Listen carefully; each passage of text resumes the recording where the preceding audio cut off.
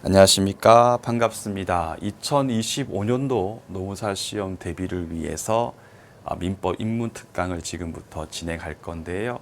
일단 인문특강 같은 경우는 강의를 조금 짧게 진행할 겁니다. 한 번에 너무 처음부터 강의를 길게 진행해 버리면요. 또 집중을 못 해가지고 또 많은 부분 놓치기 때문에 한 40분 내외로서 짧게 치고 나갈 거고요.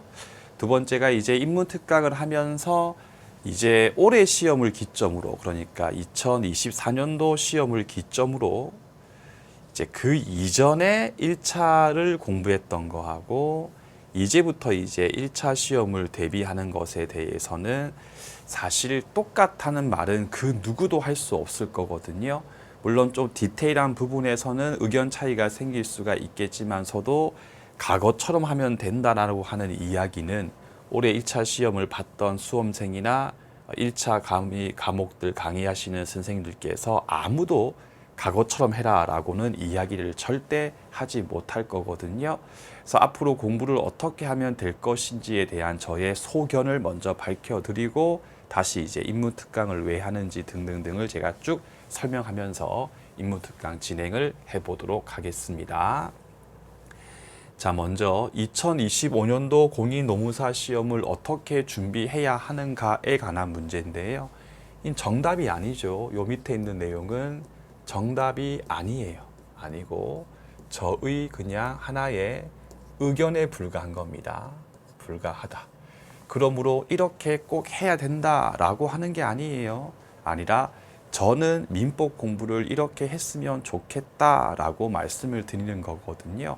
그렇다면 저의 의견에 동의를 하시는 분들만 제 수업을 들으시면서 1년 쭉 따라오시면 되겠고요.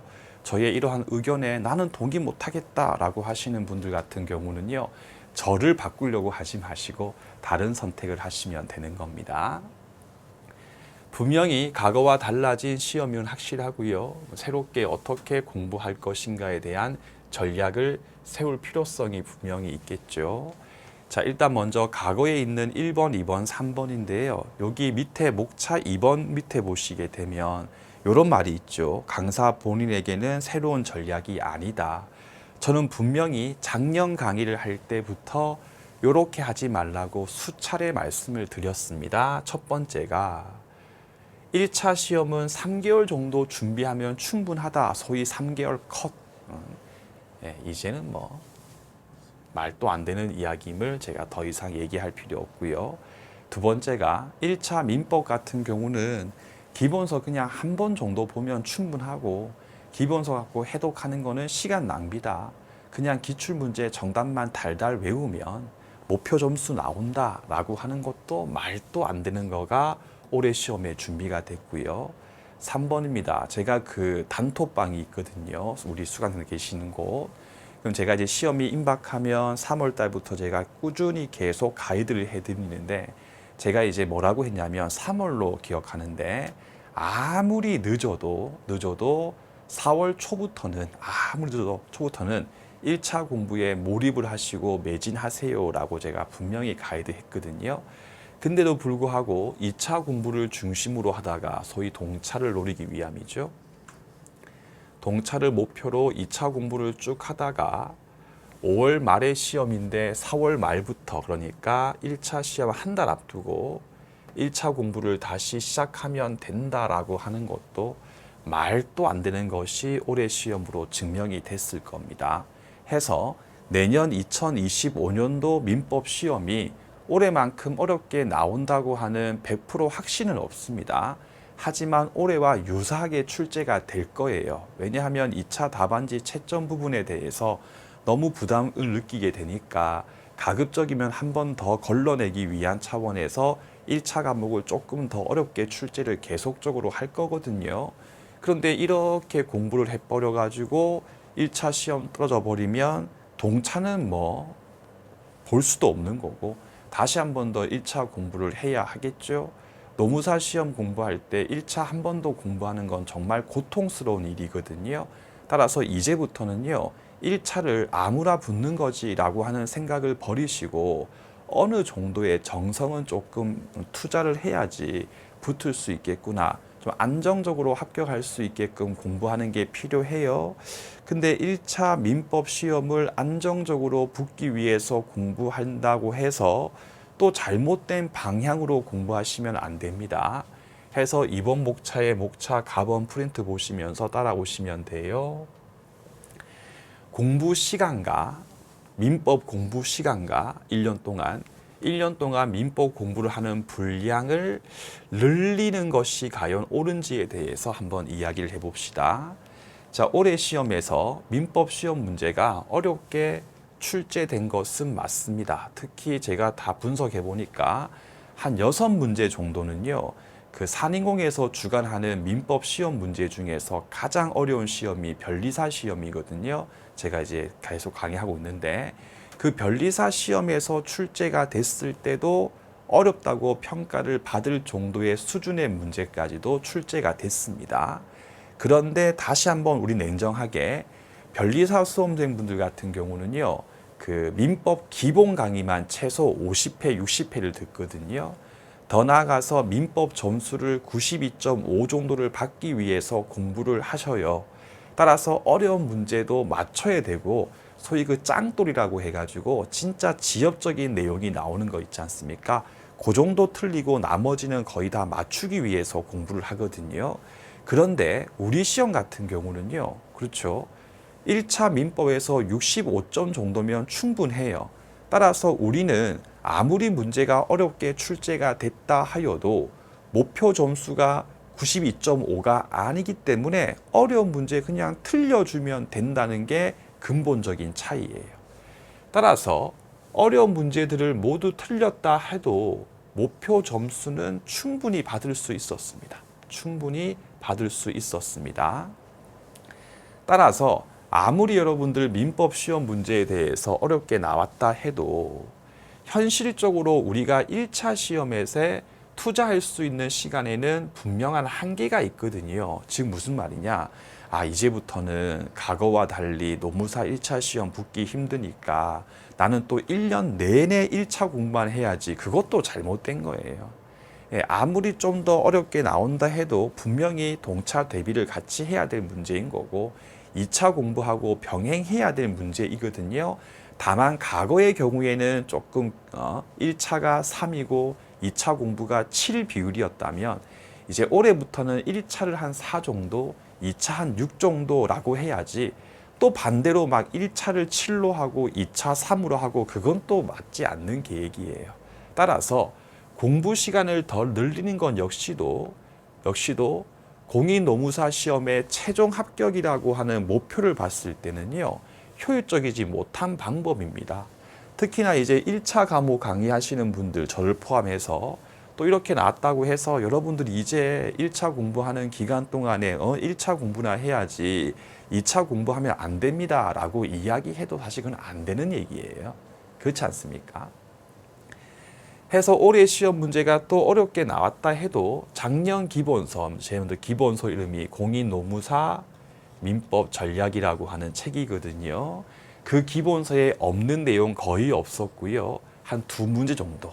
그 중에 한 문제 고용이라고 하는 문제 같은 경우는요. 그러니까 대한민국 민법 책에서 아예 아무도 공부 안 하는 거 낸 거거든요. 그냥 틀리라고 낸 거예요. 다 있었어요. 거의 다. 더 나아가서 그 시험이 임박했을 때 보는 여러분들 파이널 마무리 교재에 있거든요. 그 교재에 있는 내용만 올바르게 숙지, 이제 이게 무슨 말인지 제가 추후에 다시 얘기할게요. 올바르게 숙지를 했을 경우라면 65점 정도는 충분히 받을 수 있었고요. 제가 그 부분에 대해서 검증해드리기 위해서 저희 그 네이버 카페 있거든요. 이제 거기다가 올렸던 자료가 있으니까 한번 보실 분들은 보시면 돼요. 따라서 올해 시험이, 그러니까 2000년도 시험이 2024년도 시험과 거의 같은 수준으로 또 어렵게 출제가 된다 해도 이미 존재하고 있는 분량을 소화하는 거지 분량을 늘리는 게 아니지 않습니까? 자, 혹시 이 영상 보시는 분들 중에서 1차 한번 보시고 다시 또 1차 공부 때문에 이 인문특강을 듣는 분들 계시겠죠? 한번 돌이켜 생각을 해보세요. 과연 양이 부족해서 틀린 건지 아마 아닐 거예요. 양이 부족한 게 아니라 그 양이 보기 싫어서 더 임팩트하게 보다 보니까 틀린 거지. 그 책에 있는 내용 자체의 분량이 부족했던 책은 아마 없을 겁니다. 그러므로 시험 문제가 앞으로 어렵게 나온다고 해서 민법만 공부할 수도 없는 거고, 또 민법 양을 늘리면 오히려 더 손해를 볼 수가 있거든요. 그럼 어떻게 하면 될 것인가에 대해서 다시 한번 얘기해 볼게요. 달리 보면 저는 이 얘기를 원래부터 계속 했었기 때문에 저한테는 새로운 전략이 아니에요. 하지만 대다수의 수험생 분들에게는 새로운 전략에 해당할 거고요. 특히 2024년도 이전에 1차 시험 붙었던 분들이 하시는 그런 조언은 이제는 의미가 없어요. 다른 시험으로 보시면 되는 거거든요. 해서 여러분들 새로운 전략과 부디 1차 시험에 대한 접근 마인드 자체를 조금은 변화시켰으면 좋겠어요. 첫 번째입니다. 민법 공부할 수 있는 민법 공부 시간 절대 늘릴 필요 없습니다. 다만 민법 공부를 미리 시작한다. 미리. 즉 가급적 기본 심화 강의 때부터 초심자분들, 그러니까 올해 공인노무사 시험을 처음 준비하시고 올해 1차 시험을 처음 보시는 분들이라면 그 기본 심화 강의가 개강될 때부터 미리미리 민법 공부를 같이 시작을 하세요. 왜 그러냐? 민법은요, 양도 정말 많고요. 아주 어려운 과목이거든요.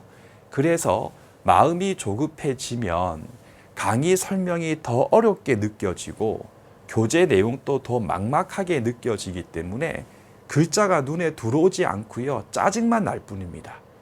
그래가지고 어떤 경우가 있냐면 2차 공부 계속 하시다가 언제부터 2024년도 12월부터 민법을 처음으로 기본 강의를 들으시면서 공부하기 시작하시는 분들 계십니다.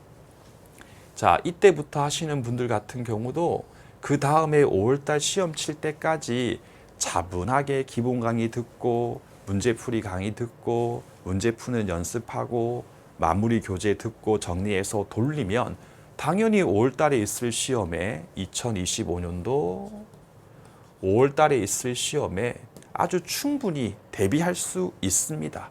그런데 보통 90% 이상 이때부터 시작하시는 분들 같은 경우는요, 일단 머릿속에 들어있는 기본 마인드가, 냉정하게 얘기합시다, 마음속에 시간 얼마 안 남았는데 라고 하는 생각부터 들고 있거든요.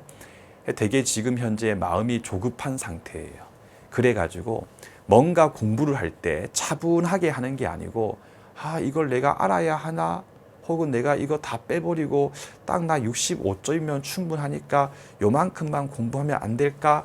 그런 생각들을 거의 다 하시면서 강의를 들어요.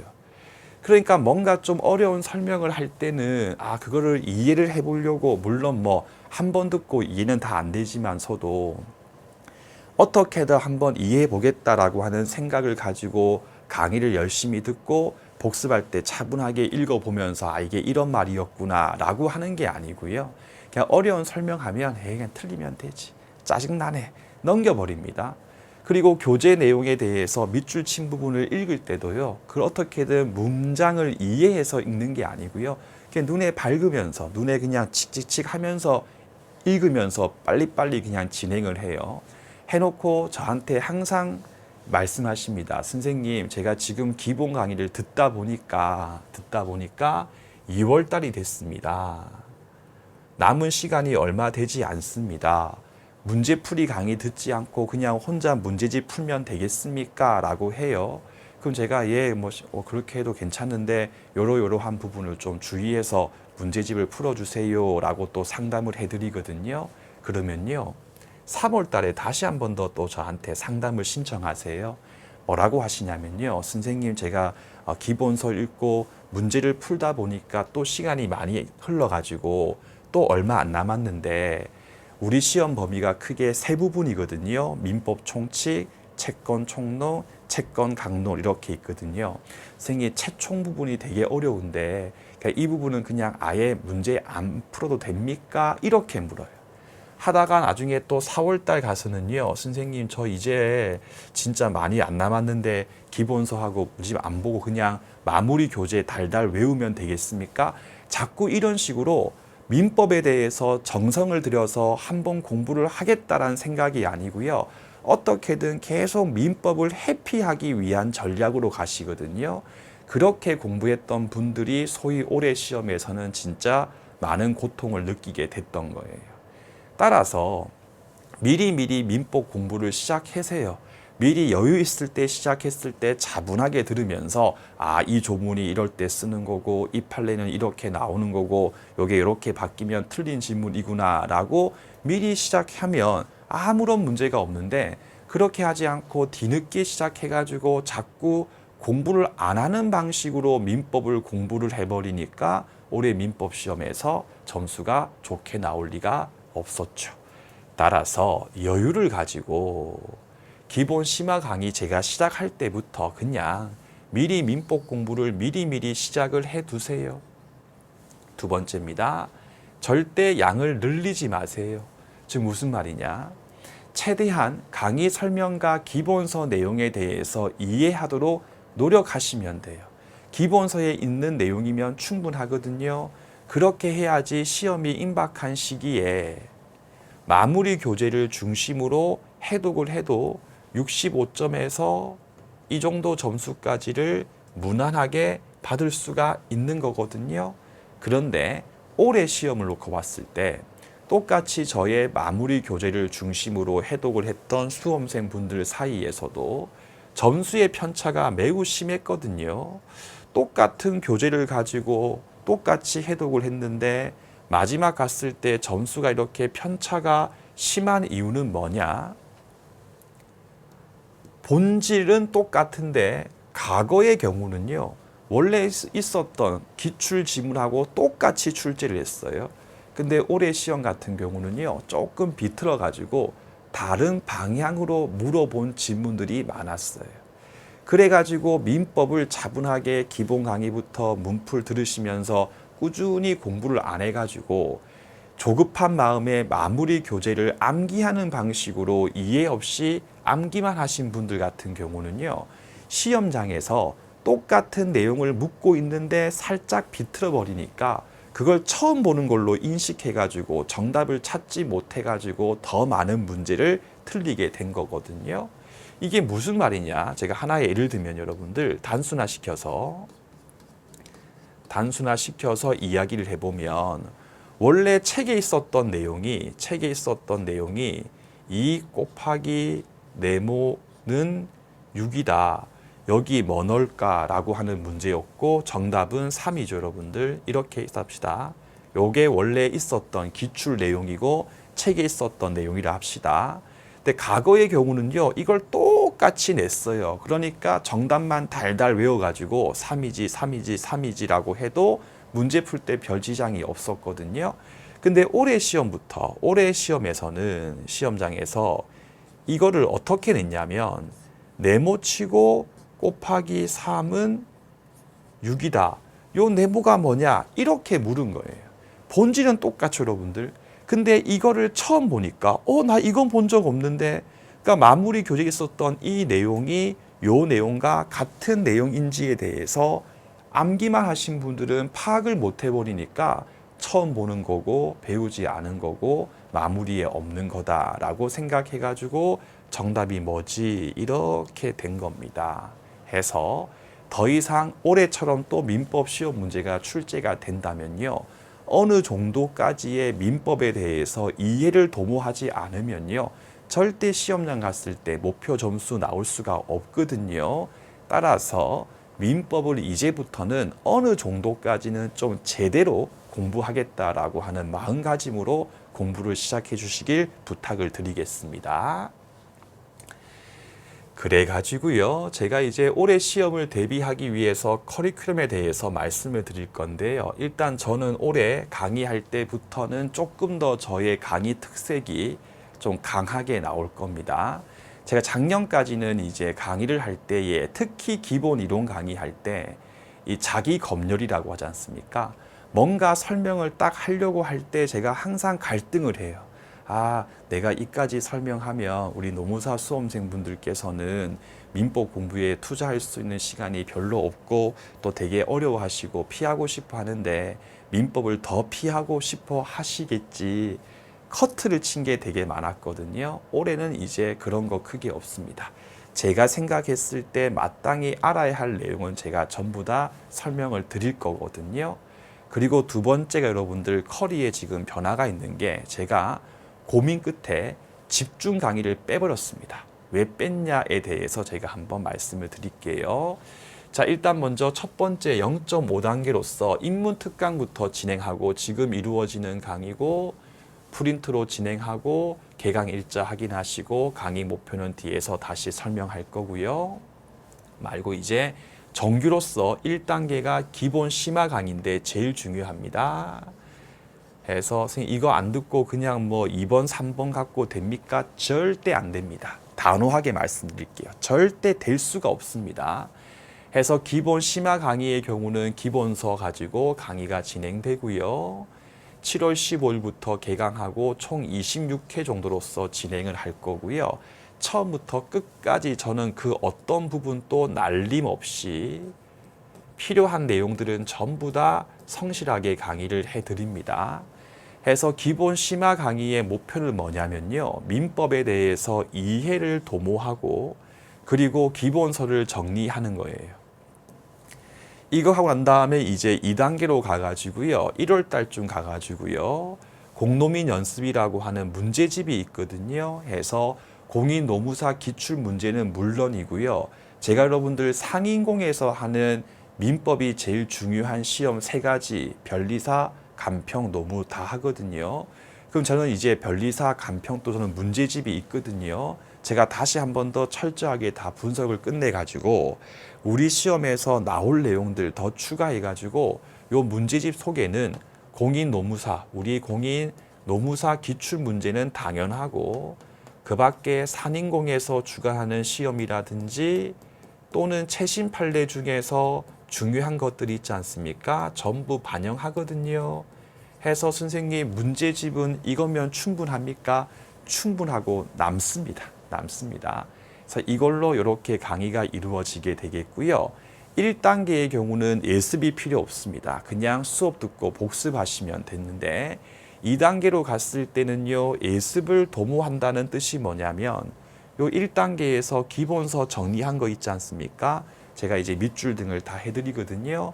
그것만큼 범위를 읽고 수업 듣고 문제 풀면서 기본서에 있는 내용이 실제 시험에서 이런 식으로 틀린 지문으로서 구성돼 가지고 나올 수 있겠구나라고 하는 부분을 직접 풀어보면서 실전 연습을 딱 하는 거예요. 그렇죠?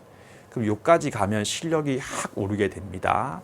이렇게 해놓고 3단계 끝입니다. 4월달 가가지고 교재 이름이 미리 시작하는 파일럿인데 여러분들 제가 이게 미리란 말 쓴 게 3년 전인가부터 썼던 말입니다. 너무 1차 시험에 대해서 만만하게 봐서 너무 마무리를 늦게 하니까 제가 쓴 말이거든요. 저는 한참 전에 합니다. 해서 마무리를 시험이 5월 중하순경이면 최소한 4월 달 초에는 빨리 끝내야 돼요. 그래야지 그 뒤에 그 마무리 교재에 대해서 최소한 3, 4회독은 하고 가서 문제를 풀 수 있지 않겠습니까?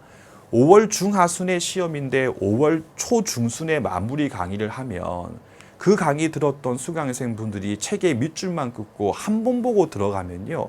아무 이유가 없어요, 여러분들. 해서 법과목 교재 같은 경우는요. 최소한 내가 이 교재 한 권을 최소한 3번 이상 볼 자신 없으면요. 그 책은 아예 사지 마세요. 법서는요. 최소한 3번 이상 봤을 때 남는 게 있는 거거든요.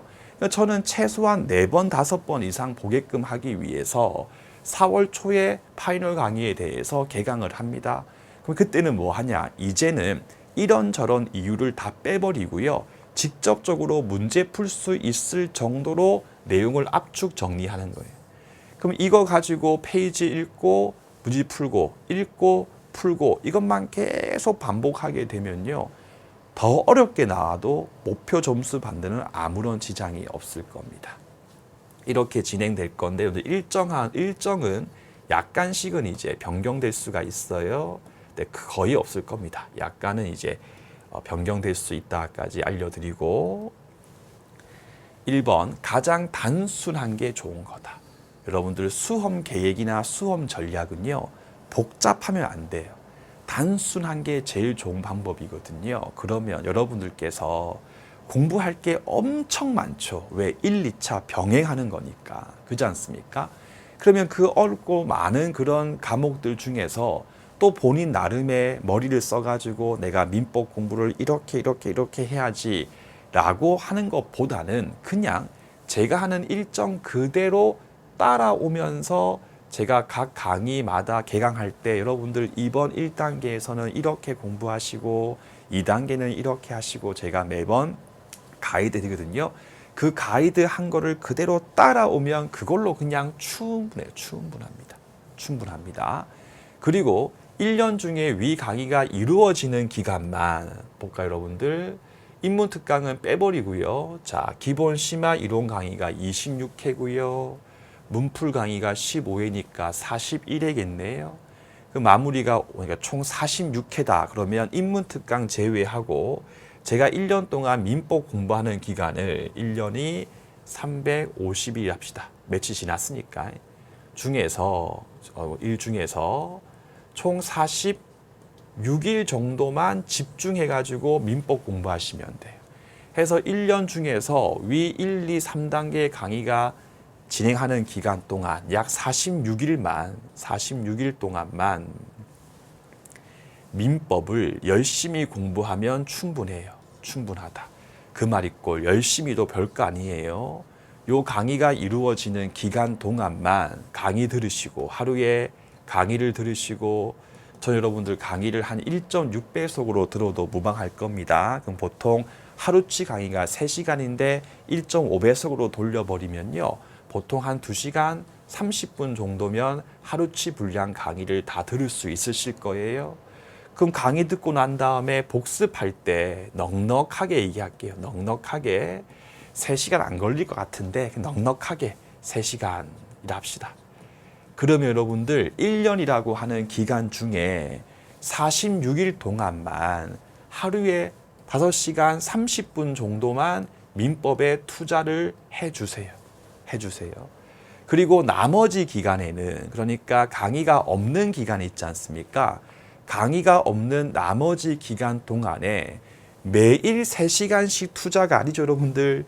일주일에 3시간 정도만 민법에 투자하자. 그럼 하루에 여러분들 나누기 해보시면 몇 분 되지도 않을 거예요. 지금 무슨 말이냐. 제가 요 나머지 기간 동안 그러니까 1단계 끝나고 2, 3단계 사이사이 기간 동안에 제가 꾸준하게 여러분들께서 스스로 기본서를 읽을 수가 있게끔 여러 가지 제가 준비했거든요. 그거 보시면서 일주일에 한 3시간 정도만 꾸준히 민법 공부를 하게끔만 하면 돼요. 왜냐하면 이 민법이란 과목은요. 좀 된장과 비슷한 느낌이 있거든요. 그래가지고 어느 정도의 숙성이라고 하는 게 필요해요. 숙성 과정이 필요해요. 그래가지고 딱 강의하는 기간 동안만 딱 공부해버리고요. 그 상간에 아예 민법을 안 봐버리면요. 흐름이 끊기는 거예요. 그럼 그 흐름을 유지하기 위해서 1단계 끝나고 2단계 사이에는 기본서 중심으로 제가 가이드 해가지고 여러분들 이번 주는 이 부분을 한번 읽어주세요 라고 할 거고 또 2단계가 끝나고 3단계 전 같은 경우는 문제집을 가지고 1번부터 이렇게 풀어주시고 이 사이에 이 부분들을 좀 봐주세요. 이렇게 제가 계속 가이드 할 거거든요. 그 가이드 부분을 천천히 따라오시면서 감을 유지하시면 돼요. 다만 2025년도 4월과 5월은 제외입니다. 왜? 이때는요. 1차 집중 기간이거든요. 이때는 이제 1차 시험에 올인해가지고 하루 종일 1차 공부를 해야 될 기간이기 때문에 이때는 조금 폭발적으로 공부할 수 있게끔 하시면 될 겁니다.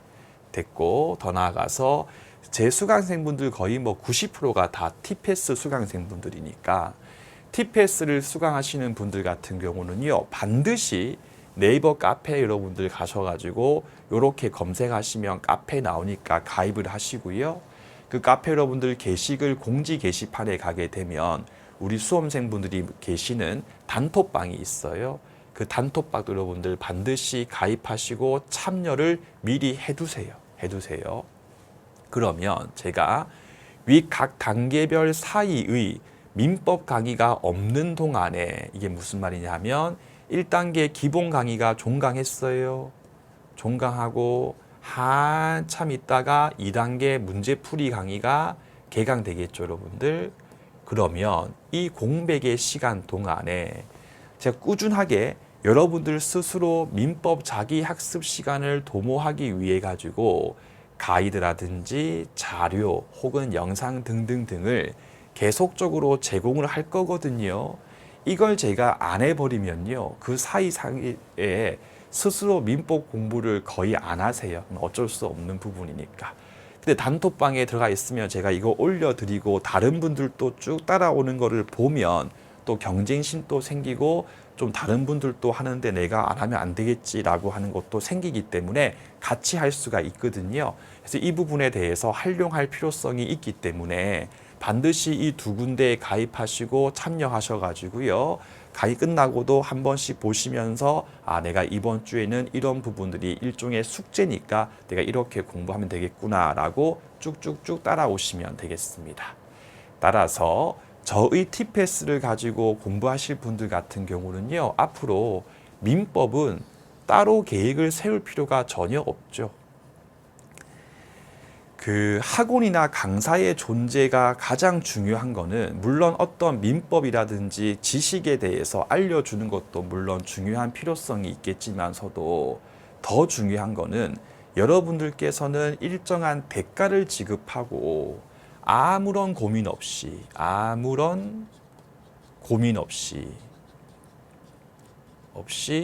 그냥 그 시기에 그 강의를 들으면 되고 그냥 그 시기에 그 책을 보면 되고 그냥 그 시기에 그 강사가 올려주는 모의고사 문제를 풀면 그냥 시험 붙는데 별 지장이 없겠지라고 마음 편안하게 공부에만 집중할 수 있게끔 해드리는 게 학원 강사의 존재 이유거든요.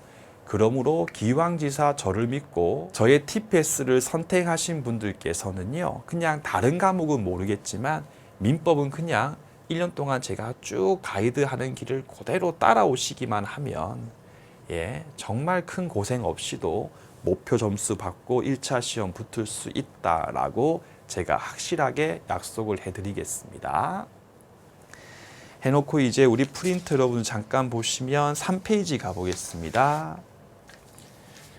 자, 인문특강이라고 하는 것을 이제 왜 하는지에 관한 부분인데요. 자, 민법이라고 하는 부분의 구성을 보시게 되면 우리 민법 조문집은 쉽게 얘기하면 민법 조문집이라고 하면 되고, 그 네이버 가셔가지고 민법 치면 나오니까 한번 눌러보면 조문이 쫙 나오거든요. 거기 보시게 되면요, 총 5개의 편으로서 구성이 돼 있어요. 제1편에 보시게 되면 민법 총칙이라고 돼 있고요. 제1편. 2편을 보시게 되면 물권법이라고 돼 있고요. 제3편을 보시게 되면 채권법이라고 돼 있고요. 제4편에 보시게 되면 친족법이라고 돼 있고요. 제5편에 보시게 되면 상속법, 당연히 이거에 대해서 암기할 필요 전혀 없고 듣기만 하시면 됩니다. 그런데 이 중에서 우리가 학습해야 될 공식적인 시험 범위 같은 경우는 이거 전부 다가 아니고 제1편에 있는 민법 총칙이랑 제3편에 있는 채권법 이 두 파트가 우리 시험 범위입니다. 근데 여기 보세요. 공식적이라고 하는 의미가 제가 뭔지를 설명드릴게요. 밑에 보시면 기본 심화 강의 이론 이전의 인문특강 내용에 대해서 알고 있어야 하는 이유가 뭐냐. 첫째, 우리 시험 범위에 포함된 민법 총칙이라고 하는 것은 민법의 기초 역할을 가지면서 물권법과 채권법에서 공통적으로 적용되는 내용 같은 경우를 추출한 게 바로 민법 총칙이라고 하는 거거든요. 해서 ax 더하기 ay라고 하는 게 있었을 때 a 가로 열고 x 더하기 y라고 했을 때에 여기 있는 x가 물권법이고 여기 있는 y가 채권법이고요. 여기 있는 a가 바로 민법 총칙이라고 보시면 돼요. 민법 총칙이다. 따라서 민법 총칙을 올바르게 이해를 하기 위해서는 우리 시험 범위가 아닌 물권법의 내용도 좀 알고 있었을 때 민법 총칙의 내용을 알 수가 있어요.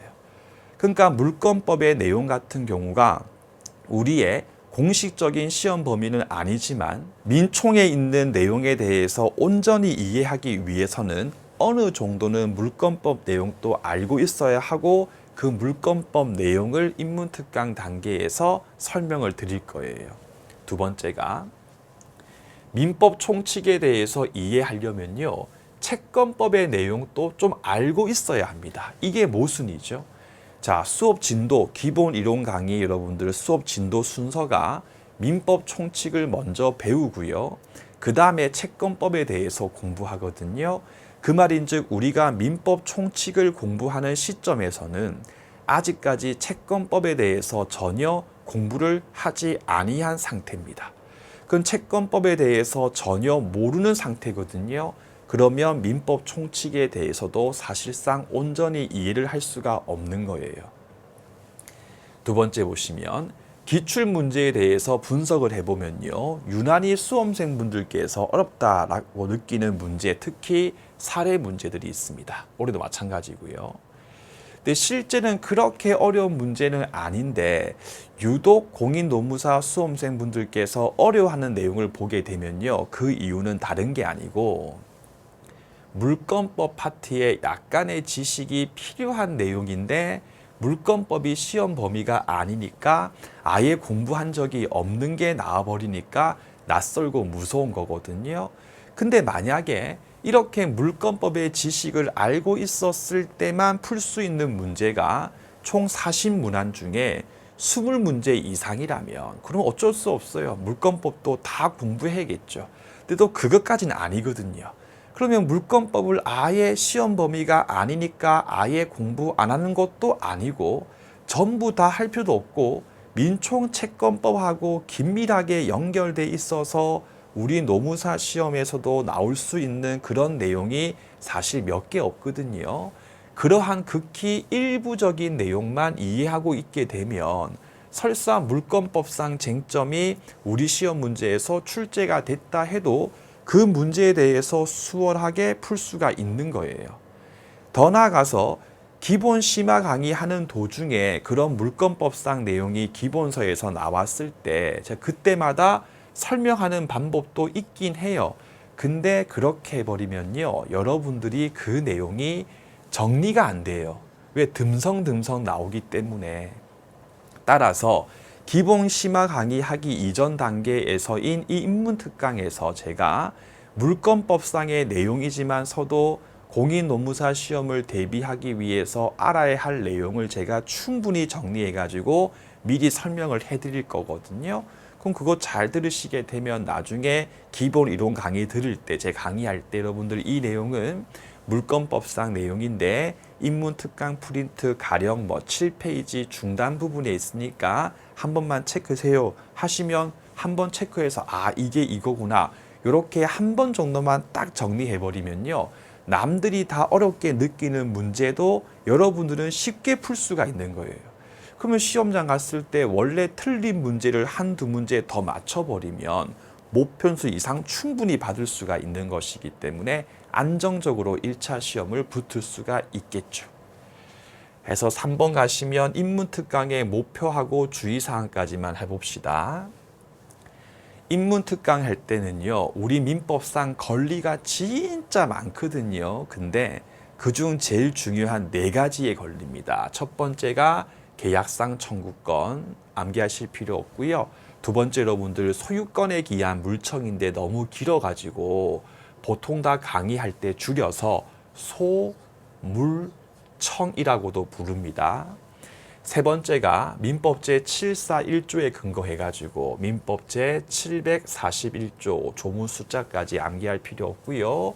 부당이득 반환 청구권이라고 하는 권리가 있고, 그 다음에 민법 제750에 근거해가지고 폭행 등을 당했을 때에 불법 행위에 근거한 손해배상 청구권, 이 네 가지의 권리가 제일 중요한 권리거든요. 이 권리 네 가지의 쓰임새하고 요건 등을 정확하게 정리하면 민법의 전반적인 체계가 잡히게 됩니다. 제가 이제 이 네 갖고 민총채권법은 물론이고 우리 시험에서 필요한 한도 내에서의 물권법상에 관한 내용도 같이 설명을 드릴 거니까요. 집중해서 잘 들어주시면 되겠고요. 두 번째 문단, 인문특강을 들을 때는요, 새로운 관점. 자, 이게 이제 일반적인 공부와 좀 법학 공부의 차이점인데, 수험 법학에서는요, 4차원적인 접근이나 새로운 관점이 그렇게 시험 합격에는 도움은 되지 않고 오히려 방해를 하는 그런 게 더 커요. 따라서 인문특강을 들을 때만큼은요, 새로운 관점, 즉 제가 수업 시간 때 설명하지 않은 그런 관점에서 이렇게 보면 어떠합니까? 이런 생각은 절대 하지 마세요.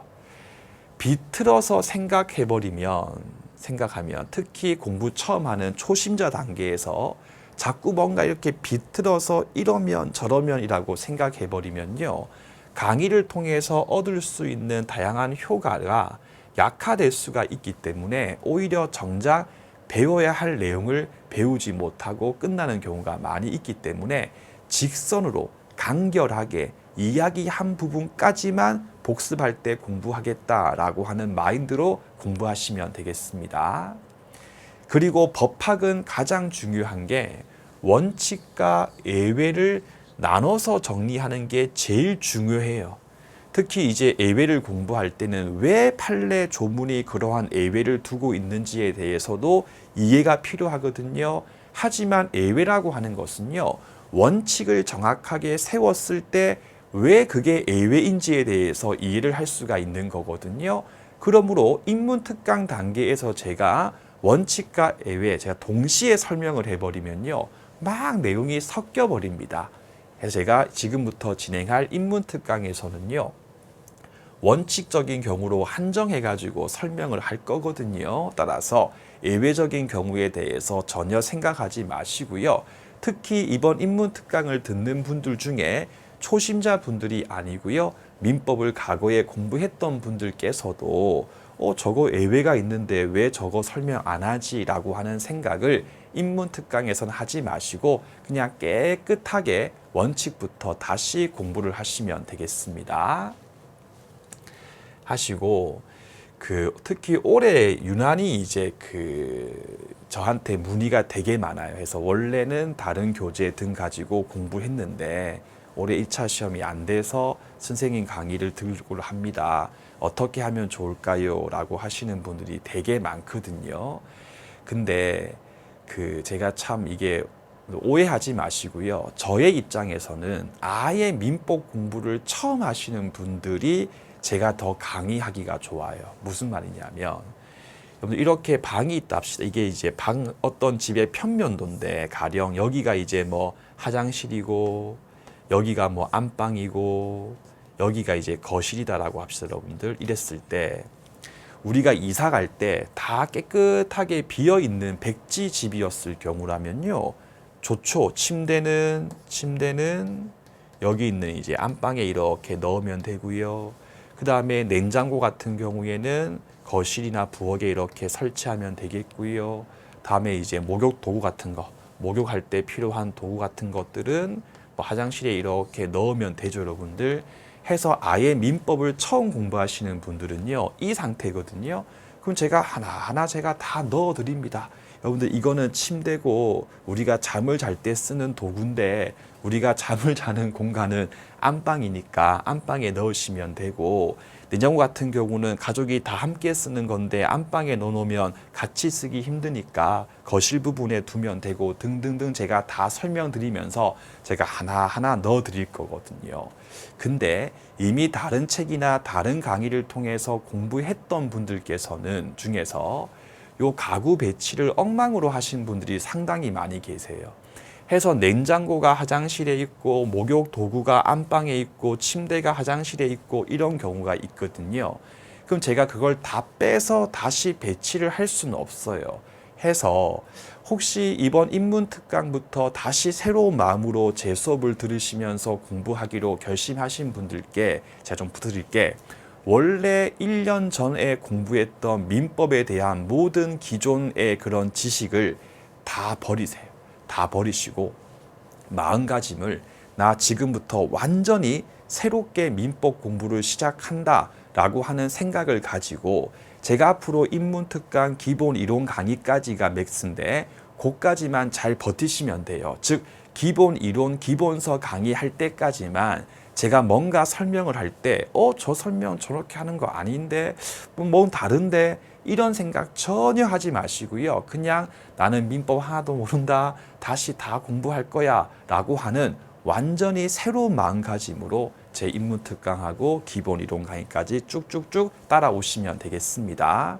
만약에 그렇게 할 자신이 없는 분들이라면요, 어설프게 또 강의나 책을 바꿨을 때에 더 공부에 집중하지 못할 수가 있기 때문에, 그렇게까지 할 자신이 없는 분들은요, 원래 봤던 교재 계속 보시면 되겠고, 그렇게 할 수 있다라고 하는 생각이 드시는 분들만요, 지금부터 인문특강부터 쭉 따라오시면 되겠습니다.